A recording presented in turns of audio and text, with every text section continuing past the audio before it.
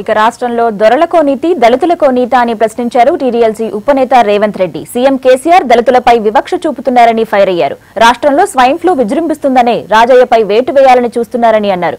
సంక్షేమ పథకాల్లో అవినీతి జరుగుతుందంటున్న సీఎం తన ఆధీనంలో ఉన్న మున్సిపల్ శాఖ గురించి పట్టించుకోవడం లేదని విమర్శించారు. భూభాగోతాలపై సీఎం స్పందించాలని డిమాండ్ చేశారు రేవంత్ రెడ్డి.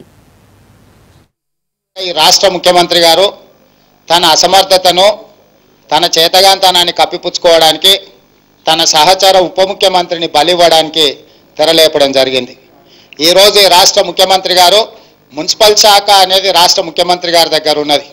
ఈరోజు పట్టణాలు కానీ ప్రధానంగా చెత్త కుండీలాగా తయారైంది. ఎక్కడ మోరీలు సాఫ్ చేయట్లేదు, రోడ్లు ఊడవట్లేదు, ఎక్కడికక్కడ చెత్త పేరుకపోయింది. పట్టణాలు పూర్తిగా మురికి కూపంలాగా తయారైనాయి. ప్రతి వాళ్ళు లంచాలు అడుగుతున్నారని చెప్పి స్వయంగా మరణ వాంగ్మూలం రాసిచ్చి సూసైడ్ నోటు స్పష్టంగా రాసి అక్కడ పెట్టి ఆత్మహత్య చేసుకోవడం జరిగింది. కనీసం ఆ కుటుంబాన్ని పరామర్శించడానికైనా జిల్లాలో 2 మంత్రులు ఉంటే ఒక్కరు కూడా వెళ్ళలేదు. అంటే ఈరోజు ఈ రాష్ట్రంలో అవినీతి ఎట్లా వేణుకపోయింది, ఎట్లా అవినీతి విజృంభిస్తుందో మన మహబూబ్ నగర్లో ఆత్మహత్య చేసుకున్న వ్యక్తిని చూస్తే మనం అర్థం చేసుకోవాల్సిన అవసరం ఉన్నది. పేద ప్రజల కాంగ్రెస్ పార్టీ ఇచ్చినవేమో అవినీతి అక్రమాలు ఉన్నాయి. 200 రూపాయల పెన్షన్లు ఎన్ని 200 రూపాయలు అయితే ₹1 కోటి అయితే, ఎన్ని కోట్లు అయితే 100 కోట్లు అవుతుంది. అంటే పేదోళ్ళ నోటికాడు బుక్కను కొడుతున్నవే నువ్వు.